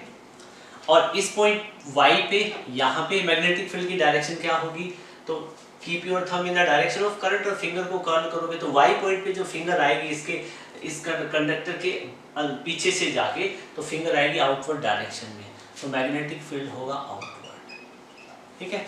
चलो अब मैं इसको हॉरिजॉन्टल वायर बना देता हूँ। अब इस पॉइंट A और इस पॉइंट B, दोनों पॉइंट पे मैग्नेटिक फील्ड की डायरेक्शन बताओ। B पॉइंट में देखो इनवर्ड या आउटवर्ड, थंब रखा आपने इस तरफ और फिंगर को कर्ल करो, यहाँ पे फिंगर अंदर की तरफ जा रही है B पॉइंट पे, तो मैग्नेटिक फील्ड अंदर की तरफ, ठीक है। और फिर फिंगर ऐसे घूम के A पॉइंट की तरफ आएगी तो आउटवर्ड डायरेक्शन में, ये हो जाएगी आउटवर्ड, ठीक है। तो यहाँ पे डायरेक्शन मैग्नेटिक फील्ड की इनवर्ड, यहाँ पे आउटवर्ड, कर लोगे, ठीक है। यहाँ पे डायरेक्शन क्या, इनवर्ड। अब मान लो कि सिचुएशन आपके पास ऐसी हो जाए, आपके पास में कुछ न्यूमेरिकल आएंगे जो आगे आप देखोगे, आपके पास एक ट्रायंगल होगी, ट्रायंगुलर लूप है और इसमें करंट फ्लो कर रहा है, ठीक है। और आपसे पूछा जाएगा कि यहाँ पे एक पॉइंट P है, इस पॉइंट P पे ये वायर 1 है, ये वायर 2 है, ये वायर 3 है। वायर 1 के कारण मैग्नेटिक फील्ड किस डायरेक्शन में होगा बताओ, थंब रखो इसकी डायरेक्शन में, फिंगर पॉइंट P पे आएगी तो आउटवर्ड डायरेक्शन में होगी, तो 1 के कारण मैग्नेटिक फील्ड कहाँ, आउटवर्ड। तो आउटवर्ड के लिए आप एक डॉट के ऊपर एरो, ये सर्कल लगा देते हो, ये आउटवर्ड डायरेक्शन को रिप्रेजेंट करता है, ठीक है। फिर वायर 2 के कारण, ये तो मैग्नेटिक फील्ड की डायरेक्शन आई 1 के कारण, ठीक है। और जो 2 वाली वायर है उसके कारण कहाँ आएगा, ये भी आउटवर्ड आ जाएगा पॉइंट P पे, तो 2 के कारण भी पॉइंट P पे डायरेक्शन क्या होगी, आउटवर्ड। 3 के कारण कहाँ होगी, थंब रखा करंट की डायरेक्शन में, ये अंदर की तरफ, बट ऐसे घूम के आएगी तो ये बाहर की तरफ, तो यहाँ पे अगेन डायरेक्शन क्या हो जाएगी, मैग्नेटिक फील्ड की आउटवर्ड डायरेक्शन, ठीक है। तो इसी तरह से बहुत सारे केसेस मिलेंगे आपको, कोई स्क्वायर दे देगा, रेक्टेंगल दे देगा और कह देगा कि इस डायरेक्शन में करंट फ्लो कर रहा है, तो बताओ मैग्नेटिक फील्ड इस वाले केस में, ये जो 4 वायर है, चारों पीस है, इनके कारण मैग्नेटिक फील्ड की डायरेक्शन यहाँ किसी पॉइंट P पे क्या होगी बताओ। आप देखना हर तरफ आपको आउटवर्ड मिलेगी, क्या मिलेगी, आउटवर्ड। अब इसी लूप में मैं करंट की डायरेक्शन रिवर्स कर देता हूँ, करंट की डायरेक्शन क्या कर देता हूँ, रिवर्स कर देता हूँ। अब देखो कि पॉइंट P पे करंट सभी के कारण जो मैग्नेटिक फील्ड होगा, सभी वायर के कारण पॉइंट P पे मैग्नेटिक फील्ड की डायरेक्शन क्या होगी। देखो हम रखा फिंगर यहाँ अंदर की तरफ, ठीक है, तो यहाँ मैग्नेटिक फील्ड इनवर्ड, ठीक है, इसके कारण निकाला ये भी इनवर्ड, ठीक है, सारे निकालोगे सारे इनवर्ड आएंगे। तो इस तरह के, ये तो एक छोटा सा मैंने कॉन्सेप्ट बताया डायरेक्शन को समझने के लिए। Right hand palm rule use करेंगे, बिल्कुल इजी है, ठीक है। स्क्रू रूल में तो फिर भी कंफ्यूजन हो जाएगी, डीआर ढूंढोगे, ठीक है ना, तो डीएल देखोगे, डीआर देखोगे, तो उसमें आपको गड़बड़ होने का डर रहता है। यहाँ पे कोई गड़बड़ नहीं है, ठीक है, बिल्कुल इजी है, नोट करें। अब हमारे पास एक ये एनसीईआरटी का न्यूमेरिकल है, ये देखो कह रहा है कि an element delta L vector is equal to delta X I cap is placed at origin and carries a current of 10 ampere. What is the magnetic field at y axis at a distance of 0.5 meter if delta x is equal to 1 centimeter? Statement को अच्छे से read करें और diagram बनाएं। Axis की बात हो रही है तो एक तो आप एक्स एक्सिस बना लो, एक वाई एक्सिस, ठीक है, ये एक्स एक्सिस, ये वाई एक्सिस। आई कैप जे कैप की बात हो तो देखो एक्स एक्सिस के अलोंग आपको पता है आई कैप होता है, वाई के अलोंग जे कैप, और जेड एक्सिस इनके परपेंडिकुलर होती है 90 के एंगल पे, उसके अलोंग के कैप होता है। अब आपको क्या कहते हैं कि एक करंट एलिमेंट है जो ओरिजिन पे रखा हुआ है, ठीक है, करंट एलिमेंट है आपने ओरिजिन पे रखा हुआ है यहाँ पे, और उस करंट एलिमेंट का लेंथ कितना है, डेल्टा एक्स, और डेल्टा एक्स की वैल्यू आपको 1 सेंटीमीटर गिवन है, तो ये आपका यहाँ पे करंट एलिमेंट बना, ठीक है ना। और इसमें से करंट, स्ट्रॉन्ग करंट पास कर रहा है कितना, 10 एम्पियर का, और इसकी जो लेंथ कितनी है, तो आई की वैल्यू होगी, आई कितना है, 10 एम्पियर। और यहाँ इसकी लेंथ की बात करें तो लेंथ इसकी कितनी है, लेंथ इसकी delta L vector, delta L vector या डीएल, डेल्टा एल वेक्टर, ये जो आप देखते हो डेल्टा एल वेक्टर, ठीक है, आप इसको डीएल वेक्टर भी लिख सकते हो, ठीक है।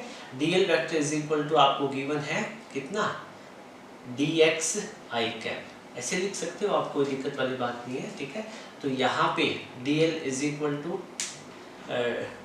ये जो delta X I cap, delta X I cap, तो dl वेक्टर आपका कितना हो गया, डेल्टा एक्स आई कैप। सिर्फ मैं dl की बात करूँ, सिर्फ dl की बात करूँ तो मैग्नीट्यूड है, तो मैग्नीट्यूड इसका कितना है, डेल्टा एक्स, बाकी तो वेक्टर कैप किसको दिखा रहा है, डायरेक्शन को, ठीक है। तो यहाँ पे ये जो आपको इसका dl आपको गिवन है वो कितना है, डेल्टा एक्स, डेल्टा एक्स, इसको डेल्टा एक्स कह दे या इसको डीएल कह दो, ठीक है, डीएल कह दो या डेल्टा एक्स कह दो, और उसकी वैल्यू गिवन है 1 सेंटीमीटर या 10⁻²मीटर, ठीक है। ये डीएल की वैल्यू है, आई की वैल्यू आपको गिवन है 10 एम्पियर, ठीक है। आपसे पूछा क्या है, what is the magnetic field at Y axis, Y axis पे मैग्नेटिक फील्ड कितना है, कितनी डिस्टेंस पे, 0.5 मीटर पे, तो ओरिजिन से डिस्टेंस है ना ये, यहाँ पे एक पॉइंट P है, तो यहाँ से कितनी डिस्टेंस पे है, r 0.5 मीटर पे, तो पॉइंट P पे आप मैग्नेटिक फील्ड निकालो, पॉइंट P पे मैग्नेटिक फील्ड बताओ कितना होगा, निकालो। स्मॉल करंट एलिमेंट के कारण मैग्नेटिक फील्ड कितना होता है, dB is equal to μ0/4 pi I dl sin theta upon में r², ठीक है। dB की वैल्यू निकालो, μ0/4 pi 10⁻⁻⁷, I current 10 ampere, dl की लेंथ कितनी है, 10⁻², 10⁻² मीटर, सारे ऐसे यूनिट है। साइन थीटा कितना है, थीटा देखो, थीटा ये किस किस के बीच होता है, r और l के बीच में, तो r तो ऊपर की तरफ है, और dl देखो, dl इस तरफ है और r कहाँ है, ऊपर, ठीक है, तो dl इधर है, r ऊपर है, ठीक है, ये dl ही है बेटा, क्या चीज है, dl है, ठीक है। तो इनके बीच में एंगल कितना होगा, 90, तो sin 90 पुट कर दो, r की वैल्यू कितनी है, 0.5, तो ये आ जाएगी 0.5 का स्क्वायर। तो यहाँ से मैग्नेटिक फील्ड की वैल्यू आप फाइंड आउट करोगे तो वैल्यू आपको मिलेगी 4 × 10⁻⁸, और मैग्नेटिक फील्ड कैसे यूनिट होती है, टेस्ला, ठीक है। तो ये आपको इतनी टेस्ला वैल्यू मिल जाएगी, ठीक है ना, 10th में भी पढ़ा है ना मैग्नेटिक फील्ड कैसे यूनिट टेस्ला होती है। चलो अब हम इसकी बात करें डायरेक्शन की। चलो राइट हैंड पाम रूल से बताओ डायरेक्शन कौन सी होगी। ठीक है, तो आपको डीएल की डायरेक्शन में क्या रखना होता है, थंब, ओके, और फिंगर को कर्ल करोगे तो पी पॉइंट पे आएगी, तो फिंगर क्या परपेंडिकुलर आएगी बाहर की तरफ, तो ये आई कैप, ये एक्स एक्सिस आई कैप, वाई एक्सिस के लोग जे कैप, और जो इधर की तरफ आ रही है वो कौन सा कैप हो जाएगा, के कैप। लेकिन के कैप पॉजिटिव या नेगेटिव, आउटवर्ड आपकी डायरेक्शन में है तो के कैप पॉजिटिव होगा, अंदर की तरफ हो तो नेगेटिव। तो यहाँ पे मैग्नेटिक फील्ड की डायरेक्शन क्या हो जाएगी, के कैप। तो आप इसको ऐसे भी लिख सकते हो, वेक्टर फॉर्म में लिखना चाहो तो डीबी वेक्टर कितना हो जाएगा 4 × 10⁻⁸ टेस्ला के कैप। ओके, हम निकालेंगे magnetic field due to a straight current carrying conductor at any point P. कहाँ पे फाइंड आउट करेंगे, एट ए पॉइंट पी। पहले कोई भी एक पॉइंट पी ले लेंगे, ठीक है। फर्स्ट केस में, फर्स्ट केस है हमारा एट एनी पॉइंट पी, ठीक है। तो इस केस में हमें क्या करना पड़ेगा, हमें एक स्ट्रेट करंट कैरिंग कंडक्टर लेना है। सपोज करो ये हमारा straight current carrying conductor XY है, ठीक है बेटा। अब इस केस में जो यहाँ पे एक कोई पॉइंट है O, और इस O पॉइंट से, O पॉइंट इस वायर पे है और यहाँ पे एक पॉइंट है P। हमें इस पॉइंट P पे मैग्नेटिक फील्ड की वैल्यू फाइंड आउट करनी है इस करंट कैरिंग वायर के कारण। और ये इस वायर का एक पॉइंट है O, और ये जो पॉइंट O है इस पॉइंट P से A डिस्टेंस पे है। कितने डिस्टेंस पे, A, ठीक है। और मैं यहाँ पे इस वायर का एक छोटा सा स्मॉल करंट एलिमेंट एज्यूम कर देता हूँ, ठीक है। यहाँ पे करंट एलिमेंट एज्यूम कर लिया, इसमें से करंट पास कर रहा है कितना, I, और इसकी लेंथ कितनी है, dl, ठीक है। और dl वेक्टर की डायरेक्शन क्या होगी, जो करंट की डायरेक्शन होगी। और करंट एलिमेंट काफी छोटा है, और इसको हम यहाँ पे एक पॉइंट पे कंसीडर करें तो करंट एलिमेंट से पॉइंट P का जो डिस्टेंस है वो कितना है, r। पोजीशन वेक्टर की टर्म में लिखना चाहो तो आप इसको r वेक्टर भी लिख सकते हो, बट मैग्नीट्यूड कितना रहेगा, r। और यहाँ पे ये एंगल कितना फॉर्म करेगा, एंगल थीटा। कितना एंगल फॉर्म करेगा, थीटा, ठीक है। मतलब ये जो थीटा एंगल है ये किस किस के बीच का एंगल है, थीटा यहाँ पे क्या है, angle between DL vector, DL vector की वो डायरेक्शन है जो करंट की है, ठीक है। Dl vector and position vector जो r है, ठीक है, ये जो डिस्टेंस r है इनके बीच का एंगल, ठीक है। और ये वाला एंगल कितना बनेगा, 90 डिग्री, ठीक है। और ये वाला एंगल कितना बना, फाई। मैं आपसे ये पूछूं कि इस डीएल एलिमेंट के, इस यहाँ जो स्मॉल करंट एलिमेंट है उसके कारण पॉइंट P पे मैग्नेटिक फील्ड कितना होगा, स्मॉल ही होगा, वो कितना होगा, ठीक है। बताओ, dB क्या चीज है, small magnetic field at P due to IDL। Current element के कारण मैग्नेटिक फील्ड कितना है, dB। और dB की वैल्यू हम डायरेक्ट बायट-सावर्ट लॉ से क्या लिख सकते हैं, μ0/4 पाई IDL sin theta, IDL sin theta upon में r², ठीक है। और ये हमने कहाँ से लिखी, फ्रॉम बायट-सावर्ट लॉ, ठीक है। चलो अब हम कुछ ज्योमेट्री का यूज करते हैं, ट्रिग्नोमेट्री का यूज करते हैं और ज्योमेट्री का, दोनों का यूज करेंगे। अब मैं इनको कुछ पॉइंट बोल देता हूं, जैसे इसको O पॉइंट बोला, इसको P, तो इस पॉइंट को मैं Q बोल देता हूं। करंट एलिमेंट Q पॉइंट पे है। इस ट्रायंगल की बात करें तो लिखिएगा इन ट्रायंगल OPQ। आपको पता है ट्रायंगल के तीनों एंगल का सम कितना होता है, 180 होता है, ठीक है। तो हम क्या लिख सकते हैं, ट्रायंगल के तीनों एंगल कितने, इंटीरियर एंगल 90 प्लस थीटा और प्लस इस वाले एंगल को हम फाई बोल दें क्योंकि अलग अलग हो गए। ये वाला एंगल थीटा है, इसको फाई बोल दिया, ठीक है। 90 प्लस थीटा प्लस फाई ये किसके इक्वल है, 180 डिग्री के इक्वल, ठीक है। तो हम यहाँ पे थीटा प्लस फाइव को 90 डिग्री लिख सकते हैं, 90 उधर लेके जाएंगे माइनस हो जाएगा। यहाँ पे थीटा को हम लिख सकते हैं 90 माइनस फाइव, थीटा को क्या लिख सकते हैं 90 माइनस फाइव। इस वाले रिजल्ट में अब सपोज करो हमारे पास साइन थीटा है, ठीक है, तो उसको मैं क्या लिख सकता हूँ, साइन थीटा को क्या लिख सकता हूँ 90 माइनस फाइव। साइन 90 पे चेंज होगा किसमें, कोस में, तो ये क्या बन साइन 90 माइनस फाइव है ये, ठीक है, तो ये क्या हो जाएगा कोस फाइव। मतलब हमें रिक्वायरमेंट हो तो हम साइन थीटा को क्या लिख सकते हैं कोस फाइव, साइन थीटा को क्या लिख सकते हैं कोस फाइव। और वहीं पे यहाँ पे इस ट्रायंगल ओ पी क्यू में यहाँ पे लिखो in right angle triangle P O Q मैं यहाँ पे कोस फाइव की वैल्यू फाइंड आउट करूँ, कोस फाइव की, ठीक है।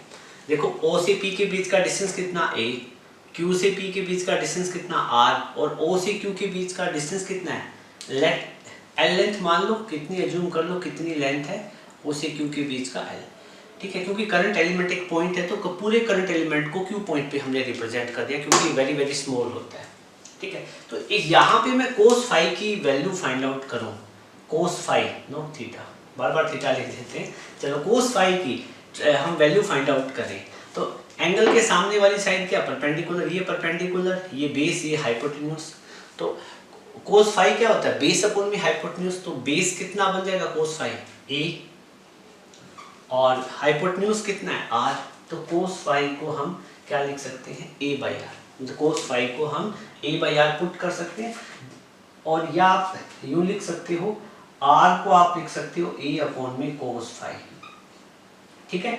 और 1 अपॉन में कोस फाइव क्या होता है सेकेंड, 1 अपॉन में कोस थीटा होता है सेकेंड थीटा, तो 1 अपॉन में कोस फाइव क्या हो जाएगा सेक थीटा, तो 1 अपॉन में कोस फाइव क्या हो जाएगा सेक फाइव, सॉरी, ठीक है। यहाँ से r को हम लिख सकते हैं a सेकेंड फाइव, ठीक है, मतलब हमें इसकी रिक्वायरमेंट पड़ेगी, तो हम पुट कर देंगे, ठीक है।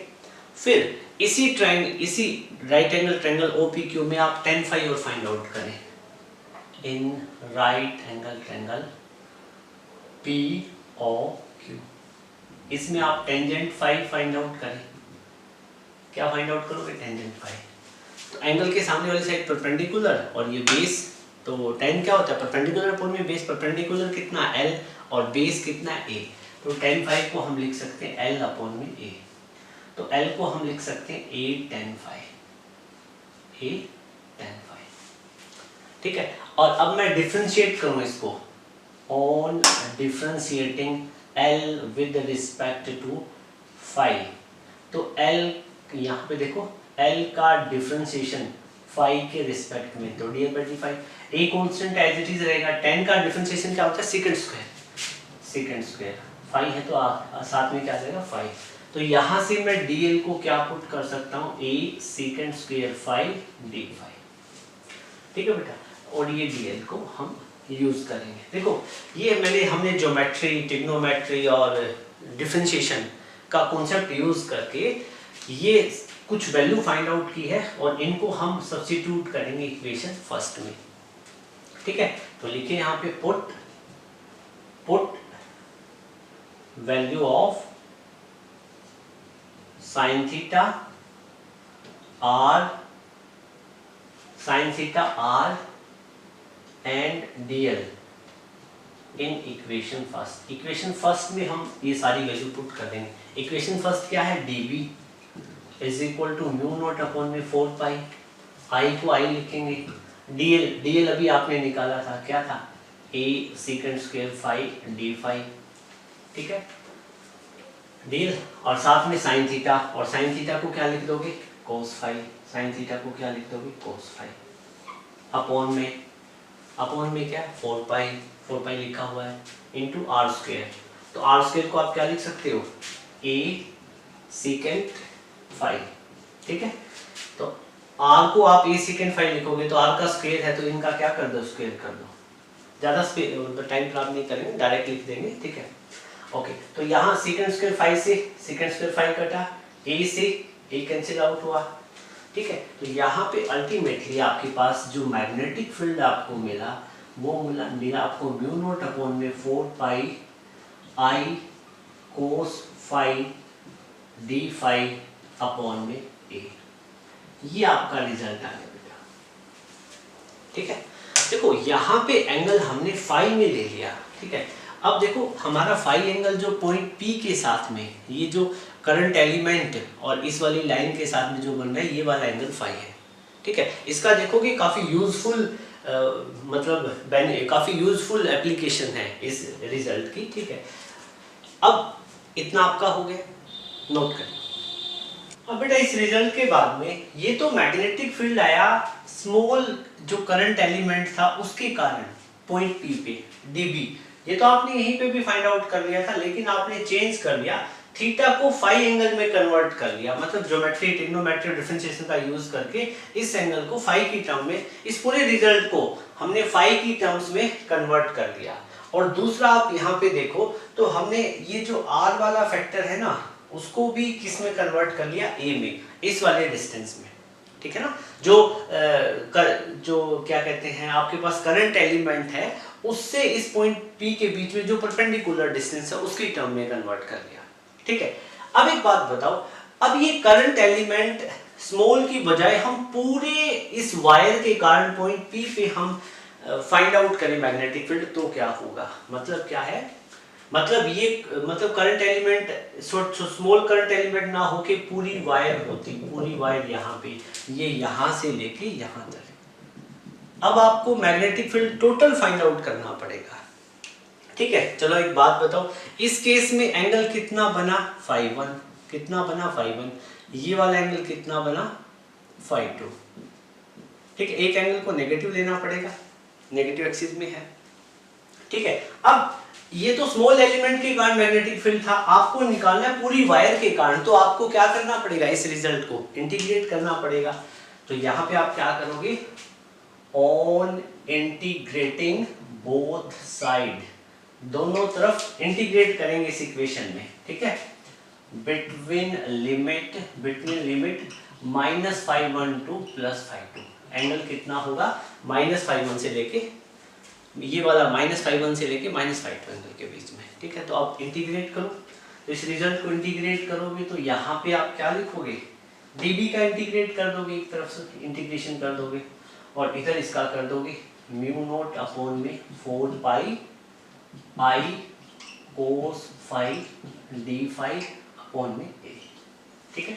डी फाई का लिमिट कितनी, -φ1 से φ2, dB का इंटीग्रेशन कितना, b, कांस्टेंट चीजें बाहर निकालो, म्यू नॉट अपॉन में 4 पाई कांस्टेंट है, करंट कांस्टेंट है, और a कांस्टेंट है ना, ये वाले डिस्टेंस फिक्स है पॉइंट p के लिए।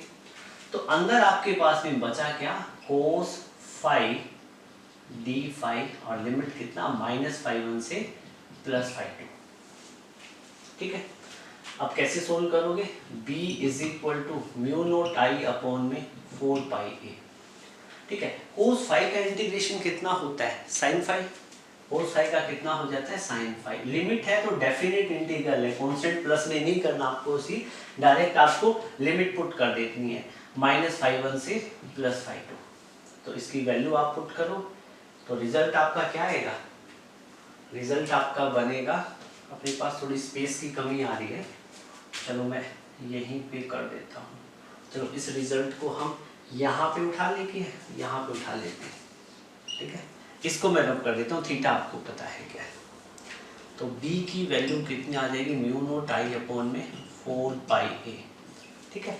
अब साइन फाई की जगह एक बार अपर लिमिट पुट करेंगे, फिर माइनस करके लोअर लिमिट पुट करेंगे, तो आपका रिजल्ट क्या होगा, साइन फाई की जगह φ2 पुट करेंगे, साइन φ2 माइनस में साइन फाई की जगह लोअर लिमिट पुट करेंगे -sin φ1, ठीक है। इसके बाद में जो b की वैल्यू कितनी होगी, म्यू नॉट आई अपॉन में 4 पाई a, ये आ जाएगी sine φ2, sine minus theta minus sine theta minus minus plus sine φ1, ठीक है। तो ये आपका रिजल्ट आ गया बेटा। मैग्नेटिक फील्ड की वैल्यू इस पूरे स्ट्रेट करंट कैरिंग कंडक्टर के कारण कितनी आई, म्यू नॉट आई अपॉन में 4 pi a into sine φ1 plus sine φ2, ठीक है। अब ये वाला एंगल φ1 और φ2 एंगल कितना ही हो सकता है, ठीक है। ये डिपेंड करता है सिचुएशन पे। तो ये रिजल्ट आपको याद रखना है, एक बार नोट करो फिर आगे बढ़ेंगे। अब सेम डायग्राम मैंने बना दिया है और रिजल्ट लिख दिया है, ठीक है बेटा। अब क्या कह रहे हैं कि आपका कंडक्टर इनफाइनाइटली लॉन्ग हो जाए, मतलब ये जो कंडक्टर है ऊपर तक यहाँ इन्फिनिटी तक और ये नीचे इन्फिनिटी तक, तो उस केस में मतलब टोटल मैग्नेटिक फील्ड कितना होगा। ये तो किसी पॉइंट P पे यहाँ जो इसके सामने था उस पॉइंट P पे इतना मैग्नेटिक फील्ड हुआ, ठीक है। जब ये एक बात बताओ, ये x पॉइंट थोड़ा ऊपर चला जाता तो ये एंगल और बढ़ जाता, और ऊपर चला जाता एंगल और बढ़ जाता। इन्फिनिटी का मतलब एक ऐसा पॉइंट आएगा ना जब ये दोनों लाइन पैरेलल हो जाएगी। इन्फिनिटी का मतलब φ2 कितना 90, ठीक है। सिमिलरली जैसे ये वाला एंगल बढ़ेगा बढ़ेगा बढ़ेगा तो एक टाइम पे ये पैरेलल हो जाएगा ऑलमोस्ट, ठीक है। तो जब कंडक्टर इनफाइनाइटली लॉन्ग होता है तो φ1 की वैल्यू 90 और φ2 की वैल्यू 90। तो अब इस केस में मैग्नेटिक फील्ड कितना बनेगा, तो मैग्नेटिक फील्ड कितना बनेगा, बहुत ही इंपॉर्टेंट रिजल्ट आएगा, याद रखना आपको, ठीक है। sin φ1 तो ये कितना हो गया sin 90, sin φ2 sin 90, ठीक है। और म्यू नोट इंटू आई अपॉन में 4 पाई। sin 91 sin 91 1 + 1 कितना 2, तो इसको कैंसिल आउट करोगे तो ये आपका रिजल्ट बनेगा म्यू नोट आई अपॉन में 2 पाई, ठीक है। और यहाँ पे ए भी है, कितना है ए, यहाँ पे कितना ए। तो ये रिजल्ट आपको याद रखना है, जब आपका कंडक्टर इनफाइनाइटली लॉन्ग हो तो उस केस में जो magnetic field current magnetic field due to that current carrying conductor कितना होगा म्यू नोट आई अपॉन में 2 पाई है। ऐसे केसेस आप डिस्कस करोगे बहुत सारे, आपको दे दिया जाएगा कि ये एक X Y current carrying conductor है और ये इनफाइनाइटली लॉन्ग है, ठीक है। कितना इनफाइनाइटली लॉन्ग, और यहाँ पे कोई एक पॉइंट P है, बताओ इस पॉइंट P पे मैग्नेटिक फील्ड कितना होगा। और ये आपको डिस्टेंस भी दे देगा, ये बता देगा कि इस करंट कैरिंग वायर में से करंट फ्लो कर रहा है कितना 5 एम्पियर, करंट कितना फ्लो कर रहा है 5 एम्पियर, और ये पॉइंट है 5 सेंटीमीटर की डिस्टेंस पे। तो फाइंड आउट करो पॉइंट P पे मैग्नेटिक फील्ड कितना होगा और उसकी डायरेक्शन क्या होगी। डायरेक्शन तो राइट हैंड पाम रूल से निकालोगे, इनवर्ट होगी, यहाँ पे मैग्नेटिक फील्ड की डायरेक्शन तो इनवर्ट होगी। वैल्यू कैसे निकालोगे, ये फॉर्मूला लगा के म्यू नोट की वैल्यू आपको पता है कितनी है, आपको ये पता है म्यू नोट अपॉन में 4 पाई 10 की पावर -7 होता है। तो म्यू नोट की वैल्यू कितनी हो जाएगी 4 पाई इंटू 10 की पावर -7, 4 पाई इंटू 10 की पावर -7। इसको पुट करोगे आप, ठीक है। आई की वैल्यू आपको गिवन है 2 पाई, निकाल लोगे। ए की वैल्यू ये डिस्टेंस होती है, परपेंडिकुलर डिस्टेंस इस कंडक्टर से उस पॉइंट P की, तो इसको मीटर में कन्वर्ट करके पुट करोगे तो आपने फाइंड आउट कर लोगे। ऐसा ही नहीं, आपको और भी केसेस मिलेंगे, आपको कह देगा कि 2 वायर रखी हुई है, दोनों के कारण मैग्नेटिक फील्ड निकालो, ठीक है। तो इस टाइम ये रिजल्ट आप अपने जेहन में डाल लो, magnetic field due to infinite long current carrying wire will be mu naught I upon में 2 pi, mu naught I upon में 2 पाई है, ठीक है। अब क्या कह रहे हैं कि ये जो पॉइंट P है यहाँ ना होके यहाँ पे होता किसी एक एंड y के पास में, तो ये वाला एंगल तो कितना हो जाता φ2 0 हो जाता और φ1 कितना हो जाता 90, पैरेलल हो जाता है ऑलमोस्ट। तो इस केस में क्या करें कि if conductor is infinitely long but point P is lying at one end of the conductor, और ये वन एंड कौन सा है, मैं y की, मैं कह रहा हूँ कि y एंड के पास रखा होता है इनफाइनाइटली लॉन्ग कंडक्टर के, तो उस केस में मैग्नेटिक फील्ड कितना होता, तो आपको पता है φ2 की वैल्यू कितनी हो जाती है 0 और φ1 कितना हो जाता 90 डिग्री। तो अब मैग्नेटिक फील्ड कितना हो जाएगा म्यू नोट आई अपॉन में 4 पाई a, ठीक है। और sin 90 एक एंगल तो कितना हो जाएगा sin 90, दूसरा sin 0, sin 0 0 sin 90, तो इस केस में मैग्नेटिक फील्ड हो जाएगा म्यू नोट आई अपॉन में 4 pi. You are getting my point. तो इस तरह के ये स्पेशल केसेस पे बेस्ड आपके फाइनल एग्जाम में क्वेश्चन आते हैं, नोट करें। डायरेक्शन ऑफ मैग्नेटिक फील्ड की बात करें या यूं देखिएगा कि मैग्नेटिक फील्ड बी वेक्टर की डायरेक्शन की बात करें तो उसके लिए क्या करना पड़ेगा। देखो four infinitely long current carrying wire, ठीक है। मैग्नेटिक फील्ड की वैल्यू कितनी होती है म्यू नोट आई अपॉन में 2 पाई है। यहां से हम ये कह सकते हैं क्लियरली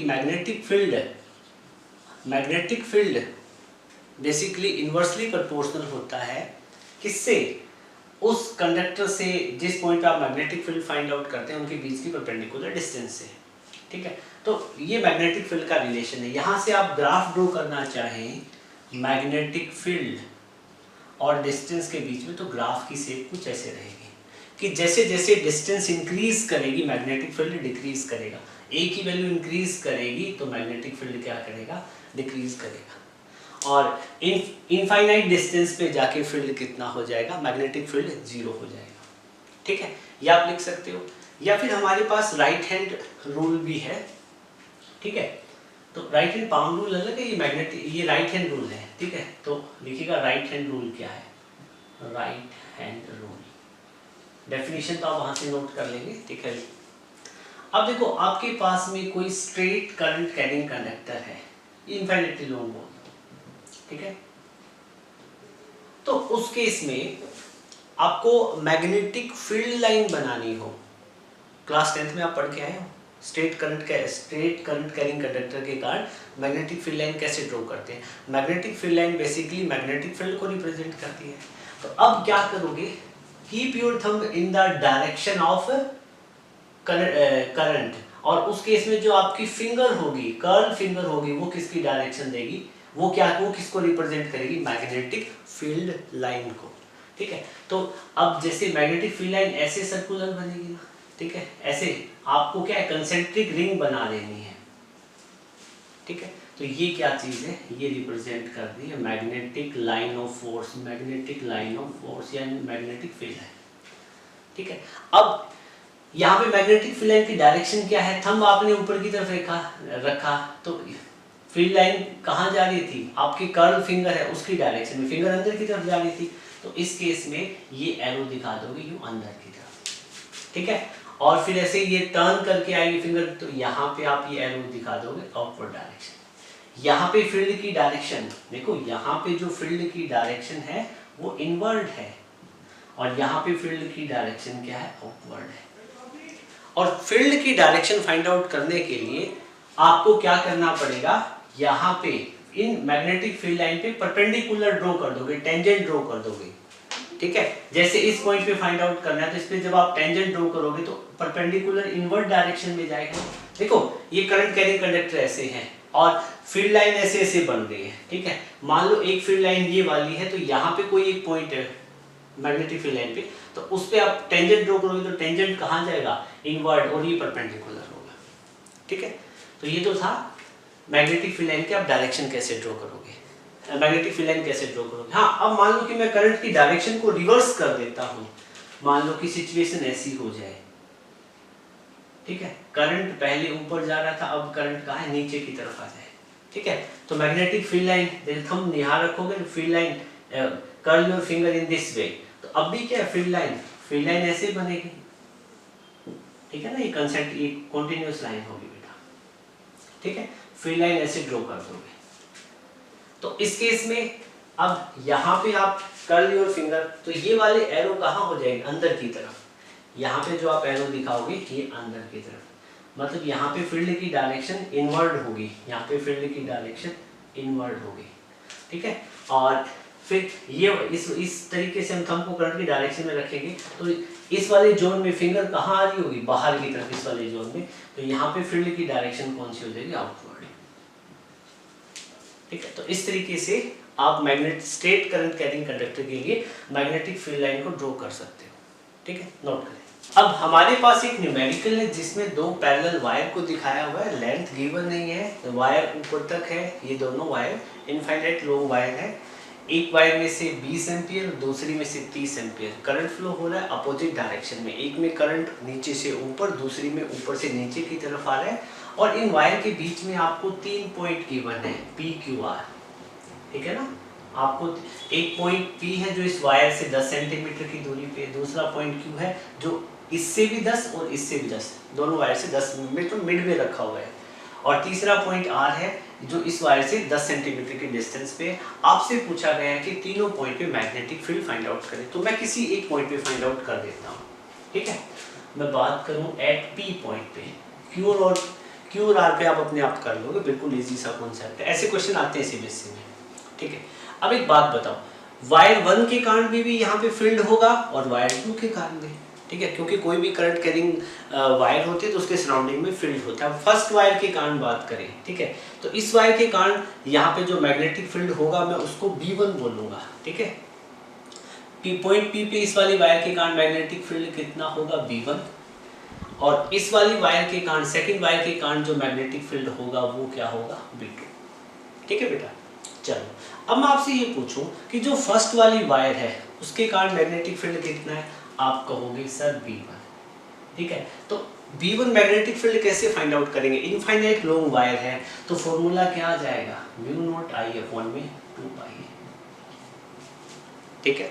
फर्स्ट वायर की बात हो रही है तो इसमें से करंट कितना जा रहा है, 20 एम्पियर, और कितनी डिस्टेंस है इस वायर से, पॉइंट P का डिस्टेंस कितना है, 10 सेंटीमीटर, तो मीटर में कन्वर्ट करें 10⁻², तो E की वैल्यू 10⁻1 मीटर, ठीक है। ये दोनों चीज मिल गई आपको, तो आप यहाँ पे इस वाली वायर के कारण फील्ड B1 की वैल्यू फाइंड आउट कर सकते हो। कैसे फाइंड आउट करोगे, ये हो जाएगा μ0I कितना, 20/2π, A की वैल्यू कितनी, 10⁻⁻1, ठीक है। थोड़ा सा इसको और इजी बनाने के लिए आप ये कर सकते हो, मैं इस इक्वेशन को ऊपर और नीचे 2 से मल्टीप्लाई कर दूं तो कोई फर्क नहीं पड़ेगा, नीचे 2π कितना बन जाएगा, 4π इंटू 10⁻10, ठीक है। ये इसलिए किया क्योंकि मुझे पता है μ0/4π की वैल्यू कितनी होती है, थोड़ी सी चालाकी करनी पड़ेगी आपको, तो यहाँ B1 की वैल्यू आपको मिलेगी 2 इंटू μ0/4π, पता है ना μ0/4π 10⁻7 होता है, तो 10⁻7 आ जाएगा, ठीक है। और 10⁻1 ऊपर जाके प्लस हो जाएगा तो ये ऊपर कितना हो जाएगा, 200, ठीक है। तो B1 की वैल्यू आपको मिलेगी 400 इंटू 10⁻7, या यूँ समझिएगा कि B1 की वैल्यू आपको मिलेगी 4 इंटू 10⁻5, और SI सिस्टम है तो मैग्नेटिक फील्ड की यूनिट होगी टेस्ला, यहाँ पे B1 की वैल्यू इतनी होगी, ठीक है। और अब मैं B1 की डायरेक्शन की बात करूं कि डायरेक्शन कौन सी होगी, इस वाली फर्स्ट वाली वायर के कारण इस वाले एरिया में मैग्नेटिक फील्ड लाइन अंदर की, मैग्नेटिक फील्ड की डायरेक्शन अंदर की तरफ, बट जैसे फिंगर कर्ल करेंगे पॉइंट P की तरफ आएंगे तो मैग्नेटिक फील्ड की डायरेक्शन क्या होगी, आउटवर्ड, तो B1 की डायरेक्शन होगी आउटवर्ड। तो ये जो मैग्नेटिक फील्ड होगा ये कहाँ होगा, आउटवर्ड डायरेक्शन में, कहाँ पे आएगा, आउटवर्ड, ठीक है। सिमिलरली आप क्या करोगे, इस वाली वायर के कारण में, इस वाली वायर के कारण पॉइंट P पे आप क्या फाइंड करोगे, मैग्नेटिक फील्ड, तो फाइंड करो, देखो एट Q पॉइंट, तो यहाँ पे मैग्नेटिक फील्ड फाइंड आउट करोगे Q पॉइंट पे, तो मैग्नेटिक फील्ड कितना होगा, इस वाली वायर के कारण यहाँ पे फील्ड होगा, मैं कह रहा हूँ कि B2 होगा। B2 का फॉर्मूला क्या होगा, इनफाइनाइट लॉन्ग वायर है तो μ0I/2π है, μ0φ/2π, ये फॉर्मूला रहता है अपना, ठीक है। सेकंड वायर के केस में करंट की वैल्यू की बात करें तो करंट 30 एम्पियर है, और A इस वाली वायर से पॉइंट Q का डिस्टेंस कितना, 30 सेंटीमीटर, क्लियर है, ठीक है, कितना, 30 सेंटीमीटर, तो आप लिख दोगे 30 इंटू 10⁻2 मीटर, ठीक है। A की वैल्यू हो जाएगी 3 इंटू 10⁻1 मीटर, I की वैल्यू 30, वैल्यू पुट करो, B का मैग्नीट्यूड फाइंड आउट कर लो, सेकंड वायर के कारण पॉइंट Q पे, सेकंड वायर के कारण पॉइंट P पे ही, पहले P पे ही फाइंड आउट कर लेना, सेकंड वायर के कारण पॉइंट P पे, पॉइंट P पे मैग्नेटिक फील्ड कितना होगा, μ0, वैल्यू पुट करो, μ0I की वैल्यू कितनी है, 30, 2π एम्पियर, A की वैल्यू कितनी है, डिस्टेंस कितना हो गया, 30 सेंटीमीटर ना, तो 3 इंटू 10⁻1 मीटर, ठीक है। फिर हम क्या करेंगे, ऊपर नीचे 2 से मल्टीप्लाई कर देंगे, ठीक है, तो 2 μ0/4π 30/3 इंटू 10⁻1, इसको सोल्व करेंगे, B0 2 μ0 को क्या लिखेंगे, μ0/4π को 10⁻7, इसको हम क्या लिखेंगे, 10⁻7, ठीक है। इसको कैंसिल आउट करेंगे कितना, 10, और नीचे से ऊपर आके ये भी 10 मल्टीप्लाई हो जाएगा, तो B2 की वैल्यू क्लियरली आपको मिलेगी 200 इंटू 10⁻7, या B2 की वैल्यू आ जाएगी 2 इंटू 10⁻5 टेस्ला। और इस वाली वायर के कारण मैग्नेटिक फील्ड कहाँ मिलेगा, पॉइंट Q पे, इनवर्ट डायरेक्शन में। B2 के कारण मैग्नेटिक फील्ड मिलेगा आपको इनवर्ट डायरेक्शन में, ठीक है ना, इसको B2, ठीक है। तो एक पॉइंट P पे इस वाली वायर के कारण आउटवर्ड डायरेक्शन में फील्ड है, इस वाली वायर के कारण इनवर्ट डायरेक्शन में फील्ड है, ठीक है। तो अब यहाँ पे इस B2 की मैग्नेटिक फील्ड की डायरेक्शन किस साइड में होगी, इनवर्ट डायरेक्शन में। क्या होगी, इनवर्ट। अब मैं आपसे पूछूं कि पॉइंट P पे नेट मैग्नेटिक फील्ड कितना होगा, तो आप क्या लिखोगे, net magnetic field at P। तो P पे नेट मैग्नेटिक फील्ड कितना होगा, दोनों मैग्नेटिक फील्ड की अपोजिट डायरेक्शन होगी, एक फोर्स 20 न्यूटन की इधर है, 7 की इधर है, तो नेट क्या करोगे, माइनस कर दोगे, 10 - 7 कितना, 3। तो अब फील्ड यहाँ पे ज़्यादा कौन सा है, B1, इस वाली वायर के कारण फील्ड यहाँ पे ज़्यादा है, तो वो कितना है, B1, और इस वाली वायर के कारण यहाँ पे कम है, तो माइनस कर दो, ठीक है। तो वैल्यू आप फाइंड आउट कर दोगे, B1 की वैल्यू कितनी है, 4 × 10⁻⁻5, B2 की वैल्यू कितनी है, 2 × 10⁻5। सॉल्व करोगे तो 2 × 10⁻5 टेस्ला। और ये magnetic field, net magnetic field उसी की डायरेक्शन में होगा जिसका फील्ड ज़्यादा था। तो फील्ड ज़्यादा किसका था, मतलब वायर 1 के कारण, और वायर 1 के कारण जो फील्ड था उसकी डायरेक्शन क्या थी, आउटवर्ड। तो नेट मैग्नेटिक फील्ड या रिजल्टेंट मैग्नेटिक फील्ड कहाँ पे होगा, आउटवर्ड डायरेक्शन, ठीक है, नोट करो। अब हमारे पास एक और क्वेश्चन है, मैंने पूरी स्टेटमेंट नहीं लिखी है, बस बता देता हूँ। हमारे पास एक स्क्वायर है जिसकी साइड कितनी, 2a, तो ये भी साइड 2a, ये भी 2a, ये भी 2a, ये भी 2a। इस स्क्वायर में से I करंट फ्लो कर रहा है, ठीक है। ABCD इस स्क्वायर के वर्टिसेस हैं, पॉइंट है, ठीक है, और कॉर्नर पॉइंट है, और इस स्क्वायर का सेंटर है O। आपसे पूछा गया है पॉइंट O पे मैग्नेटिक फील्ड कितना होगा, नेट मैग्नेटिक फील्ड। चलो अब हम बात करें, इस वाले वायर करंट के कारण मैग्नेटिक फील्ड O पॉइंट पे कहाँ होगा, आउटवर्ड डायरेक्शन में, ठीक है। इस वाली वायर के कारण मैग्नेटिक फील्ड अगेन आउटवर्ड, मतलब ये जो सभी इस स्क्वायर के जो चारों पोर्शन हैं उनके कारण जो मैग्नेटिक फील्ड होगा पॉइंट O पे वो आउटवर्ड डायरेक्शन में होगा, और सभी के कारण मैग्नेटिक फील्ड आउटवर्ड डायरेक्शन में होगा, तो नेट मैग्नेटिक फील्ड ऐड हो जाएगा। मान लो इसके कारण मैग्नेटिक फील्ड कितना है, B1, इसके कारण कितना है, B2, इसके कारण कितना है, B3, इसके कारण कितना है, B4। तो आप क्या करोगे, B1, B2, B3, B4 add कर दोगे, ठीक है। या फिर आप यूं भी कर सकते हो, ये स्क्वायर है, क्या चीज है, स्क्वायर है, साइड सारी सेम है, सभी में से करंट सेम अमाउंट में फ्लो कर रहा है, ठीक है। तो किसी एक सेगमेंट का के कारण यहाँ पे पॉइंट O पे मैग्नेटिक फील्ड निकाल दो और उसको 4 से मल्टीप्लाई कर दो, आ जाएगा सेंटर पे total magnetic field. You are getting my point. तो मैं कोई भी एक सेगमेंट ले लेता हूँ, मैं A भी एक सेगमेंट ले लेता हूँ, ठीक है। पॉइंट A को O से ज्वाइन कर देता हूँ, इनको मैं रब कर देता हूँ। आपको पता है net magnetic field outward direction में ही आएगा, net magnetic field outward direction में आएगा। इस A को मैंने क्या कर दिया, O पॉइंट से ज्वाइन कर दिया, O पॉइंट से ज्वाइन कर दिया, B को भी मैंने O पॉइंट से ज्वाइन कर दिया, ठीक है ना, ये अपना पॉइंट O है। अब एक बात बताओ बेटा, मैं यहाँ से एक परपेंडिकुलर डालता हूँ, मतलब ये एक लाइन ऐसे ज्वाइन करता हूँ, तो ये इसका बाइसेक्टर होगा, ठीक है। तो इस केस में ये जो टोटल साइड कितनी थी, 2a थी, तो ये वाली लेंथ कितनी होगी, a, और ये वाली कितनी होगी, a, ठीक है। और ये इसका एंगल कितना हो जाएगा, आपने मैथ में पढ़ा होगा ना, ये वाला एंगल कितने हो जाएंगे, 45, ठीक है। इनकी रिक्वायरमेंट क्यों पड़ी, मेरे को इस कंडक्टर से ये परपेंडिकुलर डिस्टेंस चाहिए, क्या चाहिए, ये परपेंडिकुलर डिस्टेंस।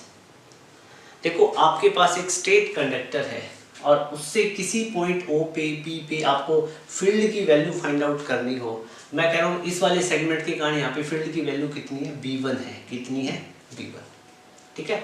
लिखो let B1 is magnetic field at O due to AB wire, A B wire के कारण कितना है B1, ठीक है। तो ये straight current carrying conductor infinite long तो नहीं है ना, तो फॉर्मूला कौन सा लगेगा, म्यू नॉट अपॉन में 4 pi A sin phi1 plus में sin phi2। और ये वाला एंगल कितना होता है phi1 और ये वाला एंगल कितना होता है phi2।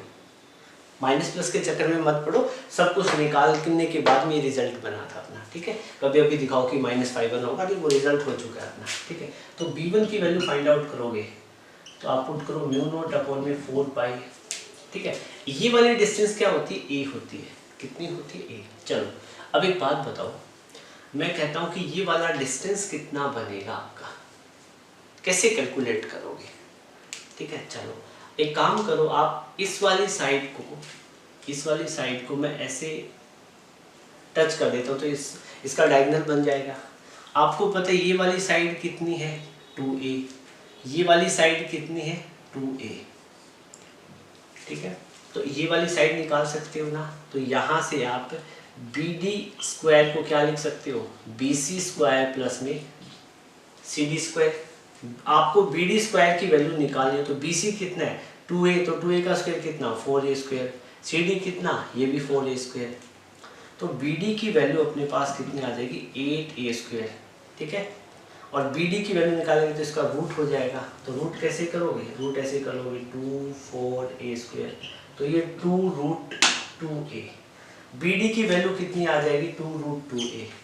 और आपको क्या निकालना है, इसका BD का हाफ करना है। आपको निकालनी कौन सी वैल्यू है, BO की।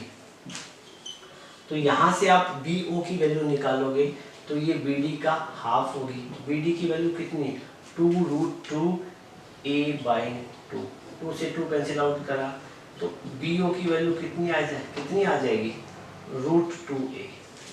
ये वाली वैल्यू कितनी आ गई आपको, आपके पास रूट 2a।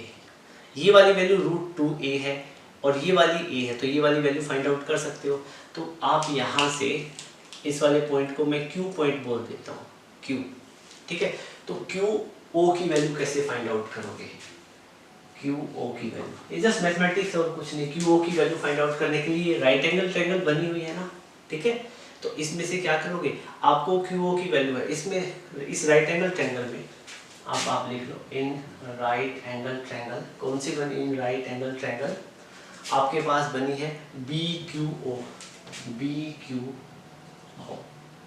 BQO में पाइथागोरस लगाओगे तो क्या लिखोगे, BO का स्क्वायर, इसको छोड़ दो, BO का स्क्वायर किसके इक्वल होगा, BQ प्लस में Q होगा, BQ प्लस में QO का स्क्वायर, इनका स्क्वायर कर दो। तो BO की वैल्यू कितनी है आपके पास, रूट 2a, तो रूट 2a का स्क्वायर कर दोगे। BQ की वैल्यू फाइंड करनी है, BQ का स्क्वायर आपके पास, और QO की वैल्यू कितनी है a स्क्वायर, तो ये कितना हो जाएगा 2a स्क्वायर माइनस इधर ले आओ a square is equal to BQ square, a square is equal to BQ square. BQ की वैल्यू कितनी आ जाएगी a, BQ की वैल्यू कितनी आ जाएगी a, ये 2a स्क्वायर, ठीक है। ये वैल्यू कितनी आ जाएगी a, तो ये वाली वैल्यू आपके पास आ जाएगी a ही रहेगी, ठीक है। और फिर साइन phi1 की वैल्यू कितनी है, ये वाला एंगल 45, phi2 कितना है 45, वैल्यू पुट कर लो, म्यू नॉट अपॉन में 4 पाई a साइन 45 1/√2, ये वाला 45 1/√2, ठीक है। और b की वैल्यू आप लिख दोगे म्यू नॉट अपॉन में 4 पाई a 1/√2 कितना हो जाएगा 2 × 1/√2, कैंसिल आउट करोगे √2, तो ये आ जाएगा √2 म्यू नॉट 4 पाई a, ये आपका आंसर हो जाएगा, नोट करें। तो it was all about today's class. Hopefully video आपको अच्छा लगा होगा। वीडियो अच्छा लगे तो लाइक करना, और चैनल पे आप नए हो और चैनल आपने अभी तक सब्सक्राइब नहीं किया तो चैनल जरूर सब्सक्राइब करना। सो नेक्स्ट वीडियो में मिलेंगे हम एक नए टॉपिक के साथ में। Thank you, have a great day ahead.